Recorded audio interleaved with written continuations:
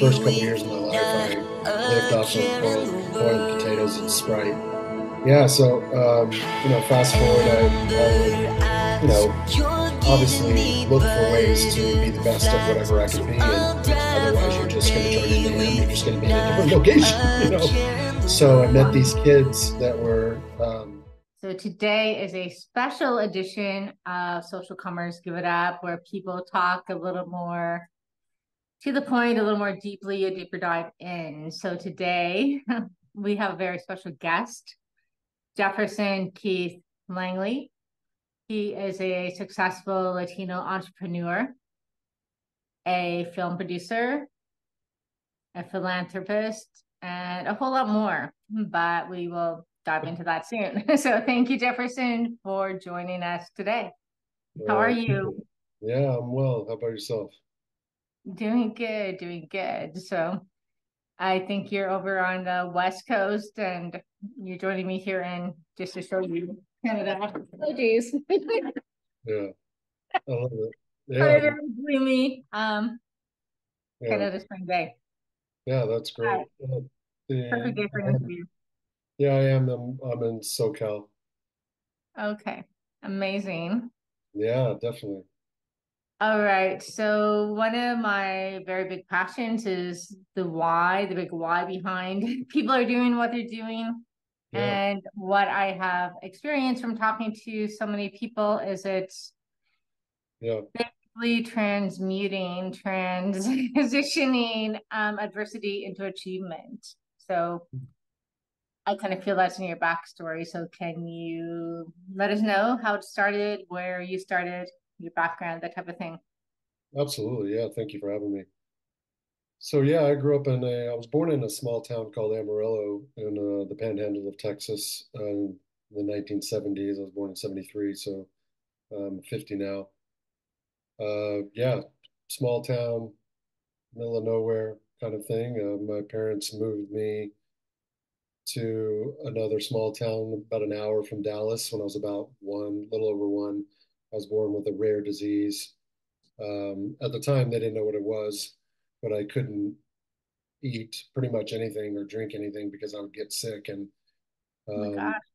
yeah, so a lot of prodding, a lot of stuff happening at the hospital. They wrote articles about me and called me the gluten baby because now they have a name for it. It's called celiac disease, but back in the 1970s, and especially in a very small town with, not very progressive at the time, of course, because, it's in the panhandle of Texas, that's not like I grew up in New York or Chicago. Oh my So, God.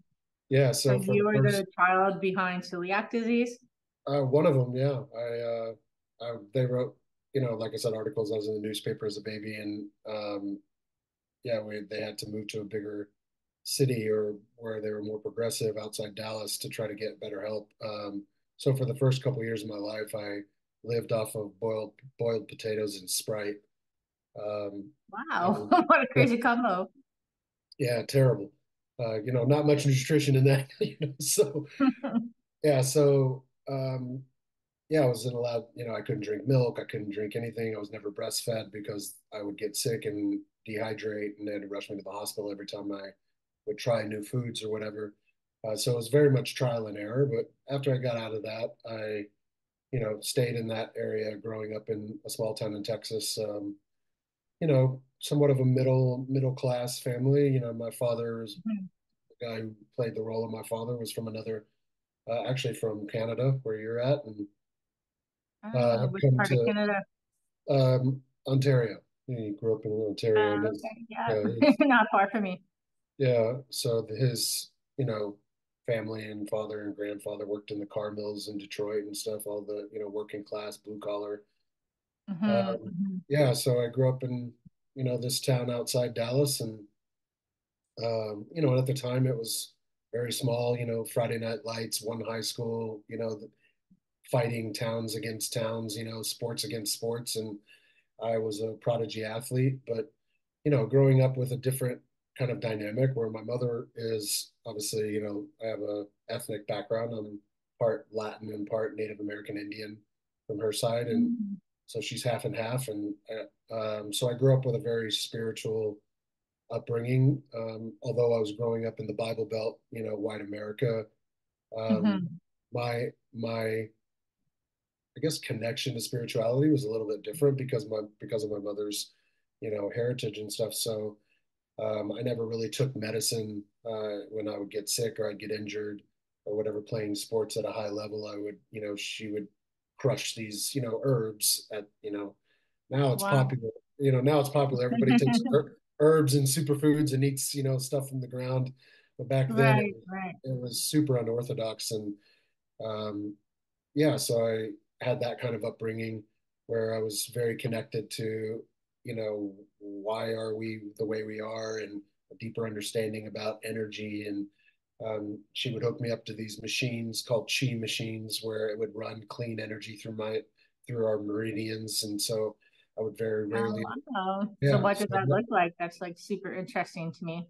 yeah, it's a machine and you put your feet on it and it touches the acupressure and acupuncture points in your feet. So obviously Hmm. reflexology now is this big craze, right?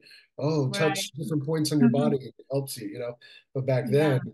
it was weird. So you connect the little nodes to different places on your palms and your wrists and, here, all that kind of stuff. And it just runs clean energy through your meridians. And so when I start getting sick, she'd let's hook you up to the chi machine, So Wow. I thought all the kids were doing it. I was Yeah, gonna ask you, was that just like part of who you were? Like, did that seem normal to you compared to like, like going to school and seeing friends and things like it, that? yeah, it did. I guess in a way there was a kind of blind naivete that I had that I just assumed everyone was the same. I didn't Wow. necessarily look at myself and go, wow, I look so different than their white skin, even though it was a very racial, div not necessarily diverse. I think there was me and one other brown kid. There were a couple African American kids, but Hmm. everyone else was white. So we called it, Rainbow Land, like rainbow bread. Um, Oh, yeah, hmm. because we stood out. And even in class pictures, I always joked with my mother growing up, they would put me on the far end of the picture in the front row, but where you kind of like, don't look at the brown kid, look at everybody else. Oh my And so God. I made it Wow. to, yeah, because my mother came to me and goes, why do you always make faces in the class pictures? And I'm going, well, they're making a mockery of me. Why not make a mockery back? Right. Hmm. So I was Wow. very philosophical as a kid because I just wanted to, it was like an innate curiosity. And then Yes. you cross that with, a person that had a disturbed childhood himself and was very rough around the edges, even though he was successful, and he used that kind of image to protect himself from what he didn't want anyone to know. So it's kind of a very diverse upbringing. He's, very verbally aggressive to me, verbally abusive to me. And my mother, used money, as his kind of, um, I guess, his lashing stick, I guess, in a way. And so, You're speaking to your father? yeah, yeah. Yeah. Hmm. So it was a very unusual upbringing because I always looked at it like I had two lives. I had this life where it was very connected and very beautiful, and you know, I was, Hmm. you know, I was at one with animals and like a kind of a kid that just loved being in nature and riding dirt bikes, always outside. I played a lot of sports, and like I said, at a very high level, um, and so being outdoors, being my feet in the grass, before games and things like that. I would literally walk barefoot before games through the grass where I was going to have a game To so that like I could, literally ground yourself. yeah, I didn't know it at the time, right? But, Yeah. and she'd take me to shamans. One of her best friends is a shaman in Hawaii who would come and visit and, give me body healings. And I mean, so it was so That's different. And incredible. It yeah, and then sounds like you have like such, it's almost what I'm hearing from you, it sounds like yin yang balance type of thing. it was. Sounds like your father was very, very different than your mother. How did they actually end up coming together? It seems like kind of almost polar opposites in a way from what you're 100%. saying. 100%. He was in the jean business. He ran part of a big division of Levi's jeans, and she was a seamstress. She's Hmm. very good with her hands, very crafty, which is where I get the creativity as well. And you know, Hmm. um, we made a lot of ceramics together. I knew how to use a kiln and all that, and so she was a seamstress at the factories. And yeah, he tried to woo her and didn't want to have anything to do with him. And her instincts should have been right, but Hmm. she always said he wore me down, with the constant pursuit. And she had a daughter at the time from a previous marriage that he had overdosed on narcotics, and so had left her with an only child, like a daughter that she was raising. And Hmm. so again, with his, you know, solving things through money, was Wow. like, I'll take care of her and all that. So, very aggressive guy, alcoholic, boisterous, he thought he was like a high roller, and, gambling. And, back then it was just untalked about. I mean, even as I have conversations with my mother now about it, she apologized, to me, throughout my life for not doing more about what I was going through at the time. And, it's when you're, you know, threatened by just the mere presence of someone so unstable and so angry about their own childhood and never doing anything about it for themselves. They need a place to put it. And so um, majority of the time it would be on me, and he would get thrown out of my sporting events, hammered, and the police would have to escort him out physically. And Oh God. so growing up like that, it was very traumatic, and I tried to achieve through sports. So I would, take his berating and Hmm. his, telling me I'm not going to amount to anything and things like that, not anything as big as him. But, it was like a weird, disturbed competitiveness with your own child. It's just It's so I would not something that, I've got three kids and, never that's just crosses not your something I mind. would ever set my kid. I would not set my kids up for that. Yeah, And, my final straw with my ex was kind of like that behavior that I saw in him. It's just like yeah, this dominant force wanting to, well, yeah, at the time it was my oldest daughter just wanting to break her so that he would win at all costs. And that's not how you should be with your children. So I can deeply, deeply relate to what that looks like. It's yeah, horrifying, really. It's a very unhealed, broken person.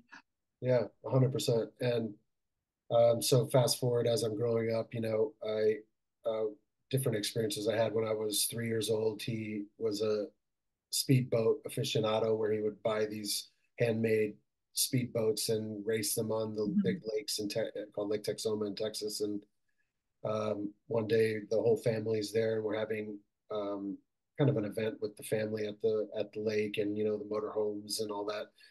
And Yeah. he's designated to be responsible to watch me, and I'm 3 years old. And so he stuck me in a chair, one of these fold out chairs, like a lawn chair for picnics, and put me on the edge of the dock. And Oh my gosh. then went to, completely went away and went to work on the boat and was in the water, working on the engine and stuff. And was fidgeting with my chair, and it, collapsed and pinched me in and fell in. Oh my gosh. So yeah, so I almost drowned. And fast forward to now, I've had conversation with my mother about it, and she had revealed to me that he never jumped in the water. It was my uncle who actually jumped in and saved me. So when you're dealing with a person like that, you're and that dynamic of so much affection coming from one side and so much, I want to help you and I want you to soar and I want you to have all these different tools, and so much so that I'm going to teach you unorthodox things like shamans and Reiki healings and how to Mhm. heal your body with herbs and be connected to yourself. And I use that stuff for my sports.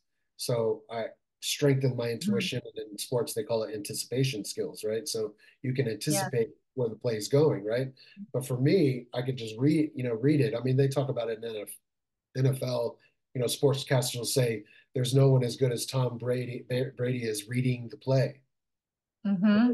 What Hmm. does reading the play mean? He's Hmm. reading what's going to happen. He's watching the chain of events, and he's anticipating what could be the next move. And he was just so good at it that, he obviously, did what he did. But So I had that kind of same knack, coming from that spiritual side. But yeah, growing up, I just used a lot of that torment and, well, I'll show you, and at the time it Hmm. wasn't healthy, of course it's not healthy, but you're not equipped, you're a kid and you're just going, whatever I can do to keep this guy off my back and make Yeah. sure that he's not picking on me and, berating me for what I didn't do, oh, I could Wow. do, yeah, I could do things like, um, these great things, and he'd go, but what about that? That's what losers are made of, and if you keep doing that, you're gonna be a loser too. And it's just an unusual way to teach someone how to achieve, right? But yeah, it Wow. was an It interesting sounds upbringing. like kind of like narcissism 101 from what you're Yeah, yeah, saying. yeah. I didn't But know it this. sounds like due to the balance of what your mama is bringing to the table, you Yeah, took that and made it a stronger tool for yourself. yeah. I mean, now as I look back, hindsight is a beautiful thing, right? And as you grow Hmm. up, you think, what does it mean when a man goes to his wife and says, I want to have a baby, but I want him to be born on my birthday as a present to myself? That's what transpired. Who actually says that? Like, who Yeah, actually would say that? yeah, that's what he said. So there was this weird dynamic with him and I, it was, and Hmm. so, when it comes to the topic of your show, taking adversity and transforming it into achievement, I just found a bunch of ways to do that. I did it in spite of him. I did it for my own, safety. I did it for being able to fit in, with a very Hmm. white neighborhood. They can't deny you if you're good at sports, right? Because sports is everything, right? So like if I Yeah, it's excel, a big trading tool for sure. In yeah, North America, well, over worldwide, actually, yes. Like, yeah. look at the World Soccer Cups. I mean, Crazy.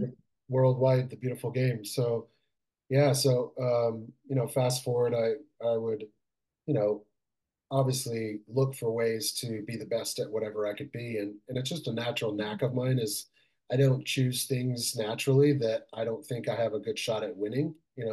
So Hmm. if I'm doing it, there's a good chance I'm going to win at it because I'm very selective about it because of that upbringing, because Well, winning for was everything, sure, you never had a chance to fail, right? Without big consequences. right? And it's not even failure, but you just never had a chance to be less than perfect. It Yeah, sounds like, 100%, 100%. wow. Yeah, So it sounds like it served you, unfortunately, at a high level to become who you are, but that was like a really long and hard road to be 100%. born into that. So, I think there was you a, know, yeah, how did you, what made you choose transformation versus becoming bitter and stuck and, like, yeah, I guess like going into despair about this, like it was never going to be possible for you to accomplish your change because I guess you had to stop at some point approval seeking from that man. yeah. I mean, the simple answer is that it was to do anything I could to not be like that. And Hmm. I started there. Now that is that the right motivation? Probably not in hindsight, but as I grew and I think it's perfect motivation, right? If you can step back from what's happening to you and not become it when it's yeah, something dark and negative. Wow. yeah, That's like wisdom. That's innate wisdom that you've been more, that I was brought born with. forward. Yeah, yeah. So I would get healed. Like I said, I would tell, my mother, can I get a healing on the anger that I'm holding to this, towards this person, he doesn't have my best interest and never will. And she would help me and I'd go see as I said, healers and shamans and things like that. I would talk to the coaches because the coaches knew what were happening because he was at the games, right? He was getting Yeah. thrown out. He was berating the coaches, berating the referees, berating everybody. And so I looked at it and said, okay, am I pissed? Yeah, of course I'm pissed. There's a lot of resentment towards that person growing up, throughout that time. And I just tried to find ways to channel it, and I wasn't always successful. I wasn't equipped at a teenager, so Hmm. I also played American football as well. I was a linebacker and tight end, and we were a very good team in Texas. And that's, like I said, Friday Night Lights. And I would go out with the football players and do, stupid stuff. And one night we were having a keg party, doing stuff Hmm. we shouldn't be. We're underage with fake IDs going and getting beer, and Typical teenage stuff, right? I mean, come It's on, not I wasn't abnormal. hurting myself more than anybody else. But we were out on this road out in the middle of nowhere. They called it Club 88, which was a senior class that had found this road, the senior class of 88. And so Hmm. we would go there as well. And it's basically an abandoned road with just cement where they're going to build a neighborhood, but hadn't built a neighborhood yet. So it's in the middle of Hmm. nowhere with no street lights, no nothing. So it's dark as dark, right? So the cops couldn't see you. And so one night we go out there and, we're doing our thing and, music and, cars and, that kind of stuff. And Hmm. uh, a group of gangbangers from Dallas, from another high school, came out there with sticks and canes and bats. And uh, Oh my God. basically, basically a 60 to 70 kid brawl erupted on the street, like literally a street brawl. Oh my Um, gosh. I was stabbed in the neck with a broken bottle, and he put a silver 9 millimeter to right here to my temple, right near to my third eye, and pulled the trigger, and it jammed. Wow. Yeah, Talk about being protected. How did 100%. you make it through? Like the stabbing in the neck? Like that's pretty serious. Well, we all went to the hospital, and my mother came to sign us all out. A couple of my friends, one friend, Chad Bryant, had his jaw broken in 6 places. Andy Donlin and I think he had like 136 stitches around his body. He'd been cut with knives and, like I said, broken bottles and stuff. And I had stitches here. I still have the scar right here on my neck where he jammed me. Oh And my God. I have him on my back and under my hair where they'd smashed the bottle over my head. Um, and yeah, I mean, these are the things where you realize if I don't start making better choices, I'm not going to make it. But when I say that, I'm not perfect, and I don't think that's the game. I think the game is to take what we're doing and transform it as we're talking about in ways that you don't know and see the different parts of you that can come out. And Exactly. I took I'm a that. very much see the big picture person in terms of like life events, and I feel like that was to channel into the woo a little bit. Divinely guided. I think you're protected, but that was like it sounds like it was a transformation point in your life. So what happened after that? Yeah, I mean, I completely turned everything into a different direction. Was already dedicated to sports, but I knew this guy wasn't going to help me by paying for my college or anything. And Hmm. they were already having marital issues. My mother was sleeping on the couch for years. He didn't even give her the room. He made her sleep on the couch. Wow. Um, and so, when you see that, you're like, this is a, this is going down pretty bad. So I'm like, Yeah. how am I going to get myself into college? And I knew the only way it was going to happen because even though he had the money, he only stayed with her and he told her to her face so that he didn't have to pay child support for me. So Wow. yeah, Holy. yeah. Wow. So I went, how the only way I'm going to get into college is scholarship. And so I Hmm. busted my ass and I trained, they call them two-a-days, where you train twice a day every day. I trained Monday through Hmm. Sunday, morning before school and after school every day. And then on the weekends in the morning and the afternoons, to make sure I got into college through my sports. And I did. That's amazing. Wow. That takes a Yeah, lot of, I'm gonna say grit and determination. yeah, Um, I knew I had been given a second chance. And um, I guess in a weird way, those incidents where, getting into trouble like that, or just, causing a ruckus. There was another incident where I was at a university near Dallas called North Texas State, and we had all skipped school because there was a big game that we were going to have. And we went to North Texas State, and it was nighttime, and um, there was about 200 kids from college, freshmen in college, and we were in high school, and Mhm. we're big kids. We're talking football players. Right. And so the cops are called, and the security of the campus come, and they break it up, and everybody scatters. But because I wasn't doing anything, I didn't even run. So they just picked us up to take us to the jail Hmm. cell and say, "Well, we'll hold you here just so that there's no trouble until your parents come." Hmm. The guy left me in there for 2 days, and it was Thanksgiving. What? Yeah, Oh my gosh. yeah. How did you get stuck in there? Were you alone? Was there anybody else? Just you? No, all the parents came but mine. Oh, oh. So in that day, Brutal. yeah, that night and the next day, into the next night and the next morning, I sat in that holding cell, and I said to myself, I'm coming out.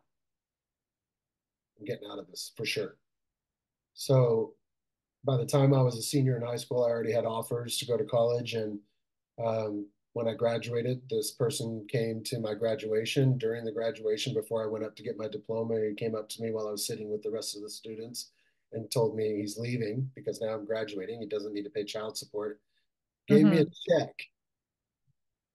And when I Wow. got home after the event, he took all the furniture and left my mother and I with nothing. Wow. Wow. That's Yeah. such a low life energy. Yeah. Tragedy. But so I'm laying it on thick, just kind of going over the highlights because I want to make the example of like, if I can get through that, you can get through anything. And so I made it to college. I went and played ball for a couple of years. At the time, I was obviously I was um, the standout brown kid. So a talent scout came to me from J.C. Penney and said, I love talked to my mother and said, I love this kid's look. Look at his eyelashes. Look at, such a unique Mhm. look. Is he Latin? And she said, yes, we're part Latin. And she said, okay, great. J.C. Penney is having a competition in Washington, D.C., but it starts in Dallas, and I want him to come and enter. So without telling me, she entered me and then took me down to this contest, and I won. And so Wow. there were agents there, and an agent came up to me and said, "I want to represent you." And her name was Kim Dawson, which is a big agency in Dallas. And so they flew me out to Washington D.C. I was in the competition, and I met a famous fashion designer named Catalina Herrera, and she's a big, Spanish designer that came to me and took me under her wing and introduced me to a lot of people. And I was in commercials as a teenager and as a boy, and they needed that quota, right? And we need a brown kid, Mhm. a brown kid in this, and it helped Wow. me because I saw that there were other opportunities outside this physical. Because let's be honest, sports is very aggressive. It just is. It's a It lot of is, yeah. a lot of they thrive off of get angry, get pissed, kill them, murder them. And I mean, I just didn't resonate with that type of vibe, and I saw another opportunity going, well, what if I could use my creativity? And at the time it was my look, but I wasn't too caught up in that because I thought looks can go and all that kind of stuff, but I'm going, but it's the creative side of me. What if the creative side of me has been kind of protected so that Yes. this Yes. couldn't stomp out the light, right? And he focused all of Um, it on sports and Sorry all to of it on. interrupt you just for 1 second, but do you feel everything that you have spoken to about what you went through, there must have been some level of anger. I mean, you're like very calm, very peaceful person, but there must have been some level of anger. Oh Do well, you I mean, feel that segment of your life served to kind of like heal that in you, get it out of you, channel it into a 100% creativity. positive direction to get to the next stage? Yeah, definitely. I mean, I found my sanctuary in creativity. So Yes. because I had such good memories of it, sitting with my grandmothers and making Mhm. ceramics by hand, right, from just a ball of clay, right? Learning how to Wow. kiln, learning how to use a kiln, learning how to put glaze, learning how to make it the way that I saw it in stores. No, I want it to be that good. I want it to be so good someone would buy it. I learned how to Yeah. stain glass. I could stain glass. I could make ceramics. I knew how to paper mache. I mean, everything. I was just dumping myself in this creativity because he didn't focus on that, right? It wasn't something that he knew that I was going to pursue, right? So, Exactly. so when these, Exactly. yeah, when these opportunities started to pop up, um, I asked this agent who had taken me under her wing and this fashion designer, how far can I take this? And they said you could go to LA. And so I did. Wow. Yeah. And they set me up meetings and introduced me to people, but I didn't know a single person. I left college after 2 years at 19 and I came out to LA and just basically came here and I didn't know much about it. I just knew it was the furthest destination I could go away from that situation, right? Wow. Without leaving the So continent. You know? that's a pretty magical, incredible story, right? As much as it was like awful, it's pretty Yeah, incredible that it led you to this path. And yeah, I do have a question before we continue with your story. yeah, Um, so as you know, we've spoken about it, we're confined to medical research, and one yeah, thing I do know more than anything, like I'm also very highly intuitive, so I get the spiritual artsy side of what you're saying. yeah, But one thing above all else is that I know that we are programmed in survival mode. I work with medical research and I supervise teams who look after mice who are research models of human disease. And the reason why they are is that we are 90% like them, genetically speaking. So, yeah. our biggest job in my position, just sharing because relative to what I want to ask you, That's beautiful. is that we have to keep these mice happy because they're at any moment, something that throws them off is going to make them go into survival mode, which is like chemicals through their body, which is survival stuff, programming in the brain, which is survival stuff, Yeah, to basically prepare them to get through whatever situation they're being faced adversely, which comes back to our topic, right? yeah. Exactly. So there's kind of two options. One, when you're in that situation as a person, you can just be like, it's doom and gloom and it's over, and you kind of like freeze and Yeah, prepare for the whatever it is to come and just like do their thing and eat you. Or you can think creatively that you're going to get out of it and reprogram your mind, your nervous system, and reset it to actually. That's how evolution happens throughout time, right? For all of humanity, that we learn yeah, how to survive and do better and create new outcomes. So yeah. what do you feel it was that led you to be able to do that? Because I'm hearing that you did that versus, just obviously you're here and thriving and creating amazing things after a really brutal thing that could have taken you down. You're like dad turning against you, the person who's supposed to protect you. Yeah. What do you feel was the biggest influence in you being able to like reprogram your thinking, I guess, and create new pathways in your mind, your belief system that you could do better and create more and get through it? Uh, I would say, I mean, obviously my connection to the spirituality of things, and when I say spirituality, I don't I mean more the functionality of what we're made up of, the energy and the particles and the processes that happen through Mm-hmm. our DNA and all that kind of stuff. So I had been subjected to that throughout my life, so I could pull back and I knew that all this could be fixed if I just got away from it, right? Even though I was carrying Mm-hmm. the survival with me, I had the benefit of I had a half sister because I'd mentioned my mother had a daughter that um, Mm-hmm. he used to say, well, I'll take care of you and your daughter, and obviously a seamstress in a factory that has nothing would say, okay, great, I'll take it. Um, Yeah. but I had the benefit, unfortunately and sadly, is that by the time she was 14, she was running away from home. And I would tell my mother, like, you can't just look at that and say it's just a kid running away, because you have to ask, running away from what? Hmm. It's definitely Wow. not her. Yeah. It's not her. It's not my mother because my mother's, Holly Hobby, right, is what we called her, did arts and crafts, right? So the only Hmm. other person that was doing that to me and doing that to her, and she was older than me. So I had that benefit of watching her go down, right? And she ended up committing suicide. And um, I'm so sorry. so, so I knew if I get a first action was get away from it, right? Best you Hmm. can. Next Uh, action was go towards your strengths, right? Go towards what you know you're good at. So that way you can start to bring in that validation and bring in things that people are going, it's great. It's great. You look great. Everything's great, right? Because you had heard mhm.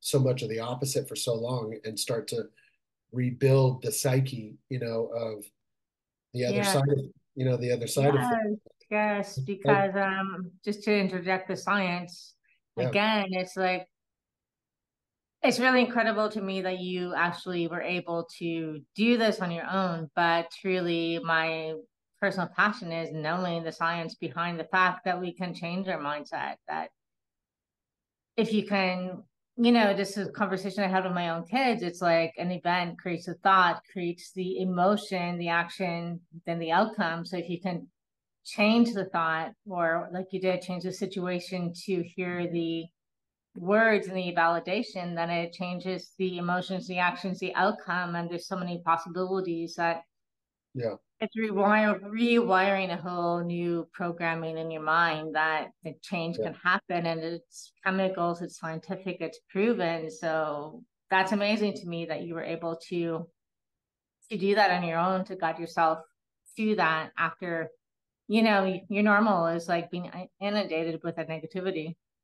yeah, yeah. Thank you. Yeah, I know what you mean because I used the journey with my teammates, on the different sports teams and stuff, because we're very tribal. I'm a very tribal guy. Obviously, genetically, I'm tribal because of my heritage, right? Yeah. So you find your power and your sanctity, I would guess is the word I would use, in the others that you place around you, right? So Yes. I'm a big component of, so in essence, in your terms, I was the mouse and also the scientist, right? So I You were. went, You were. yeah.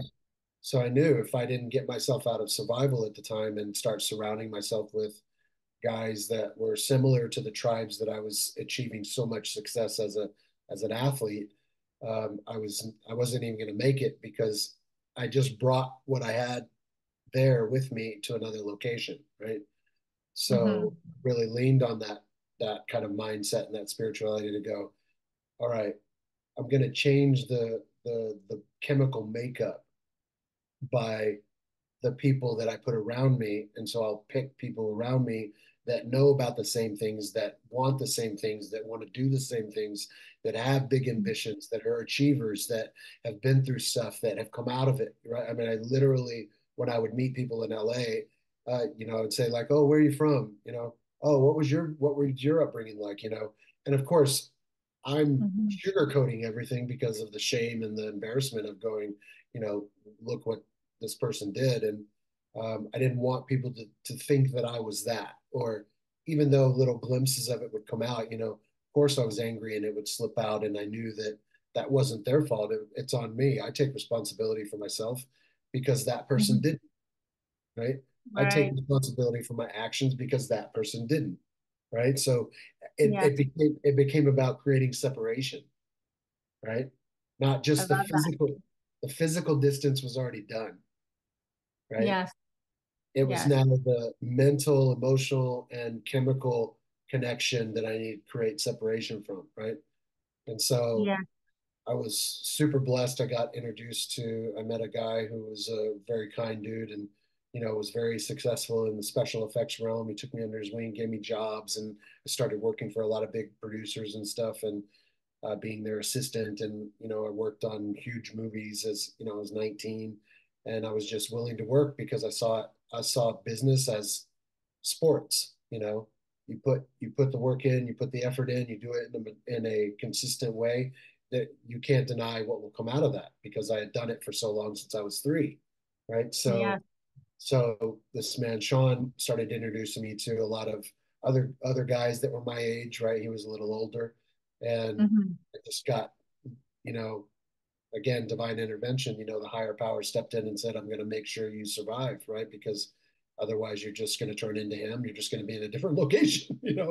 So I met Wow. these kids that were all like budding stars and in big movies and stuff, but they were kind of like a little bit smaller roles. And then I got introduced to actors that were my age in the early 20s, but were huge. They had hit series and they were in big movies. And so now I was running Hmm. around with this brat pack, but they were all overachievers, but all very damaged, and we were all Hmm. trying to get ourselves Hmm. out of it, right? Yeah. Um, yeah, so it was the tribe that helped itself, right? And Hmm. yeah, we called them powwows, and we'd all get together and philosophize about what we thought life was about. And I brought in my spirituality and the things I had learned from shamans, not knowing it, just going, this is what I know. I know it to be Yeah. true. I used it in Hmm. sports. I excelled at a very high level in sports. I went to college to play ball, not in a physical way because the physicality was normal, but I wanted to be better than everyone else. So I Hmm. brought in that added component that I realized no one else had. They didn't have chi machines. They didn't get to sit with spiritual healers to say, it's you who created it. Let's find out why you created it, get the lesson and move on. Right.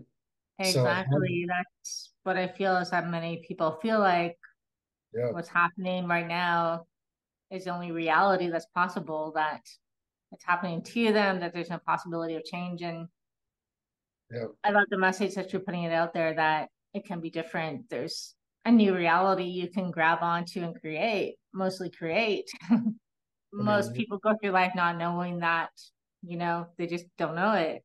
So I yeah, love the message that you're sharing with other people. yeah. You don't let the Um, reality you're in change the reality. And so exactly. But that's such a foreign concept. Everyone just thinks it's just the way it I is. mean, I used to, it's interesting you say that because I used to think like, God, I wish everybody knew this. And then I just got to a point where like I thought it's not my responsibility for them to know this because it's out there. You can do it. I did it without any guidance. I used what I had around me. If you got a shovel, dig a hole. If you got some tools, build something. If you got a film camera, shoot something. So Right. I just, it's that, it's very simple, right? Use what you have in your sphere and in your reality. So I went to these guys and I'm going, hey, you're in these big movies, be in my stuff. So I started shooting stuff and I was working for Quentin Tarantino at the time. And there was an executive producer that took me under his wing, a guy named Michael Bernardchek, who does big, massive commercials for big brands and stuff. And he ran Mhm. Tarantino's commercial division, and he saw how hard of a worker I was. And he asked me one day, "What do you want to do?" And I said, "I want to be the boss." And he goes, "Okay, well, I tell you what, I'll give you a shot. You come and you can use on the weekends cameras in the film vault where they stored all these films, the excess film that they didn't use, and I'll let you start shooting stuff. All you have to do is pay for the insurance." And so, of course, Mhm. I went to my buddies and I'm like, "You're almost famous and you're in big stuff. Be in my stuff so people, watch my stuff." But Yeah, I didn't know yeah, later on I was going to use that as a more professional person in the industry. That's what they do. They go and get people who people know, and they get all the equipment and they shoot those people in their stuff. Same thing. So yeah. I started shooting stuff, started getting notice, and yeah, everything started to change. And at the same time, the guys that I was hanging around were also using that, fueling that energy of saying like, Mhm. "Hey, we're now going to do stuff as well." And so I had friends who directed and produced, wrote and directed a movie called Butterfly Effect with Ashton Kutcher. So I was Yeah, there. love that Yeah, movie. they shot it in Canada. Um, they so I was there when that all thing happened. They came from the tribe. Other people that came from my tribe was a girl named Emmanuelle Shrieky. She was one of the stars of Entourage, and she's also from Montreal. She's Moroccan and had a different look, and so her and I bonded on that. We were all kind of Mhm. different in a way, but same. Because Right. flock together, right? So we all I guess you could say we all found ourselves in each other, and we all kind of merged and helped each other be more, Hmm. right? And it was Like exactly what I needed. synergy, Yeah, right? Better together. 100%. So I saw the power in that, and I'd seen it in my past with the sports teams, and being able to Hmm. make those poor decisions that I had made, putting myself in the wrong place at the wrong time, doesn't just happen accidentally. You're in the wrong place at the right Hmm. wrong time because you went there, you know. So when you have Well, those dynamics of difference, it helps you make stronger decisions because I know if I go that way, I'm going to get stabbed in the neck. You know, if I go this way with these kids that are ambitious and they want more and they want to be entrepreneurs and they're, raising money at 23 years old and, shooting mhm. stuff and learning about business models and all these kind of things, we knew you just keep doing it and it's going to go somewhere, you know? Well, So it it's like sounds getting like to the you're point. the type of person who walks through the fire for the life lesson. So you really, really integrate them. But I think you also take them and use them for extremely exponential change from what you're saying. Yeah. I think that if you stop to help someone else or share with them, there's no doubt because you've done it, right? You've literally walked through it. Yeah. And who's not going through fire? Everyone. I mean, Exactly. Exactly. it So was to I don't necessarily aim towards the fire, but I don't shy away from it either because it doesn't own me. It doesn't define me, you know. Oh, I'll throw fire at you, big deal. Like I haven't exactly. like I don't have, fire retardant skin. You know what I mean? I mean, No, but I think you've got a pretty big toolbox now for sure. oh So yeah, absolutely. You know some of the stuff. I mean, I had a stalker. The same person got involved with her, bashed my reputation to destroy my career. It ended up working, ended up homeless because of this person that played my father partnering with a stalker to write what? stuff all. That is like a Hollywood movie in itself. Possibly you can make a You know how film many on that times? one day. Yeah, yeah, He's like, wow. he's doing it now again. Like, what kind of parent would To harm the his own child like that? child. Like, my three kids are like hanging out somewhere and, do everything to protect them. I'd never, ever in my heart, ever think of doing something to damage them that way. That's like so heartbreaking. You should see the emails. I'll do everything I can to destroy your career right For now. what reason? Like, why? Why? Why did he do it back then? Because he's not big enough to grow himself because he's an empty shell. He thinks it's all about money. He thinks it's all about image and achievement. And there's so much more to life than that. It's about love and compassion and connecting with people and being together and doing things in numbers and fighting for good and being a good person the best you can. And how do you be a good person? Sometimes you got to fall, pick yourself back up, be a better person again, to stretch it, Exactly. There's no, I don't know. I strongly believe in karma, so to speak, and I do not believe that you get rewarded for, you know, those kind the, of thoughts towards people. the I think that greatest. even if you Yeah, make money in the interim, it's going to fall. It's got to fall. It's a balance of the universe, right? God's 100%. not So going to reward people who are, not long term, not maybe for a moment, but the money's going to go away. You're not going to yeah, reach achievement through that. And it's just like so incredulous to me that your own father would partner with another person to, stranger. yes. I'm like, what the heck? That's like, wow.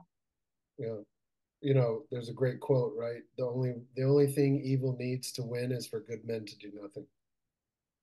Exactly. And well, you're not doing nothing. You're taking lots of action. So yeah. So what's Working coming on, up? What are your plans? Like, what's yeah, your vision going forward for you and the oh world and man, the people around you?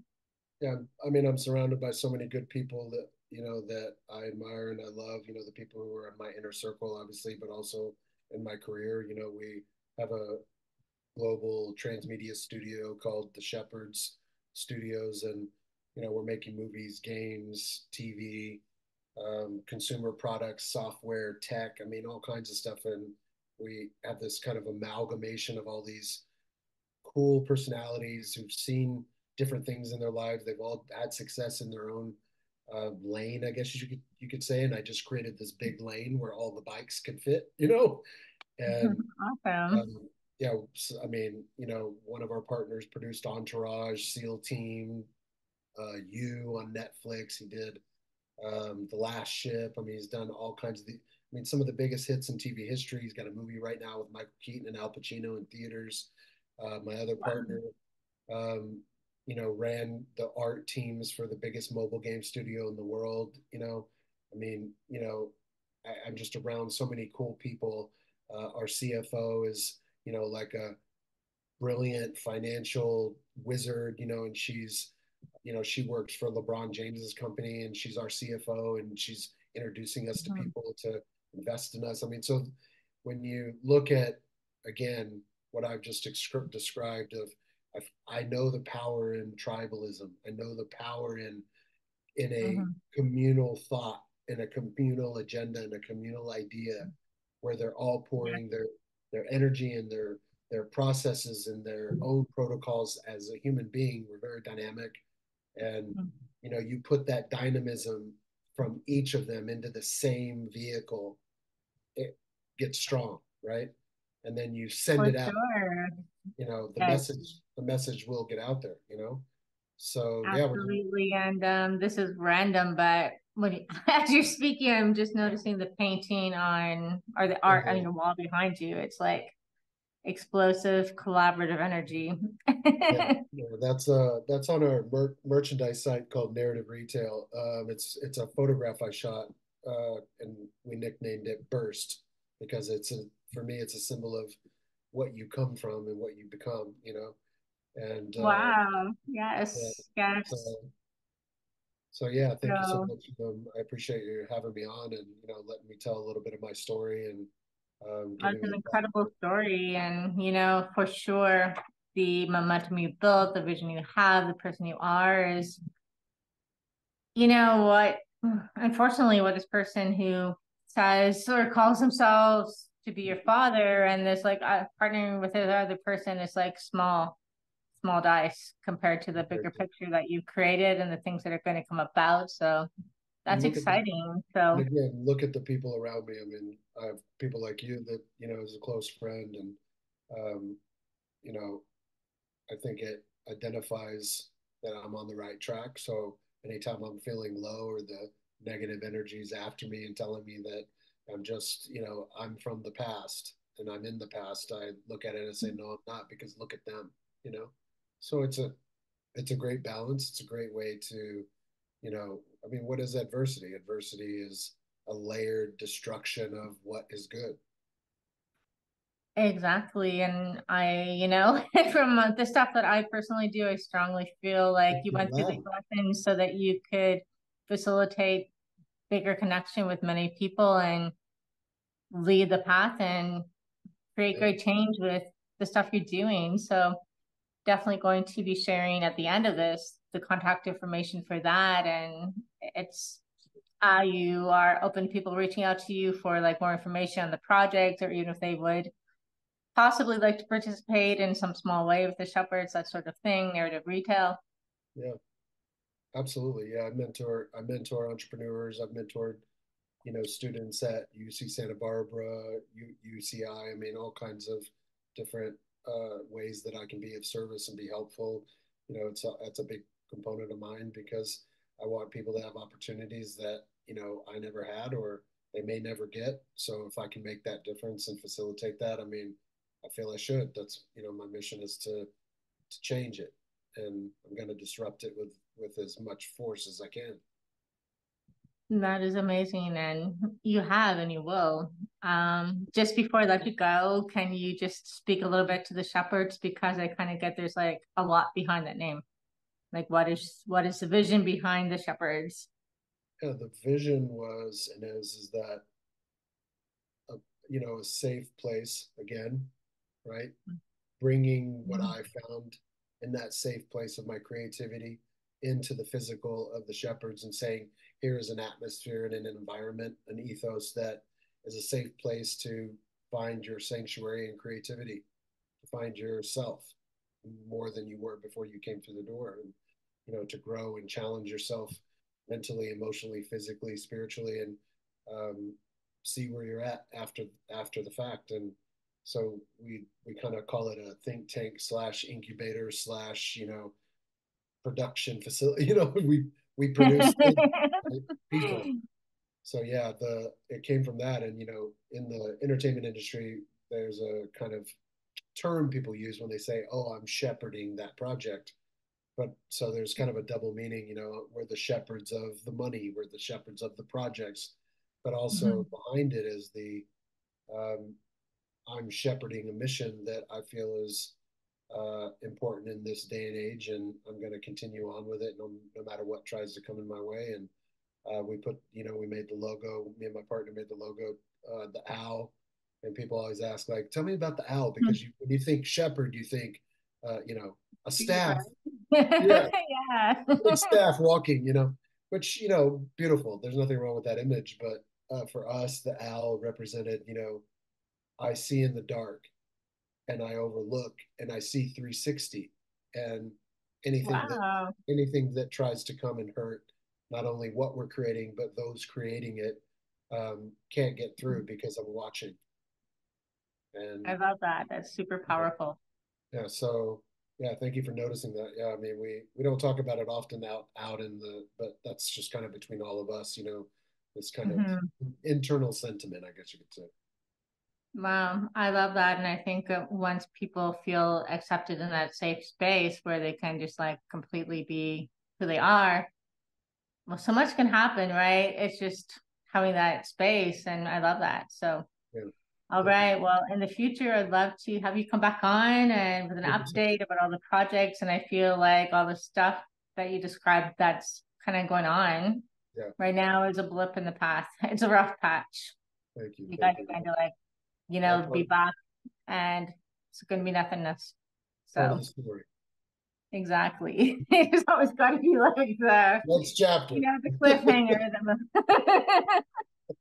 Yeah, no, I love what you do, working in the bio lab you work in. And, I've learned so much from you as well regarding, the mice behavior and, the genetics of it all. And I mean, it's incredible. And, my hats off to you as well as a friend and colleague. Thank you for being who you are and doing what you do.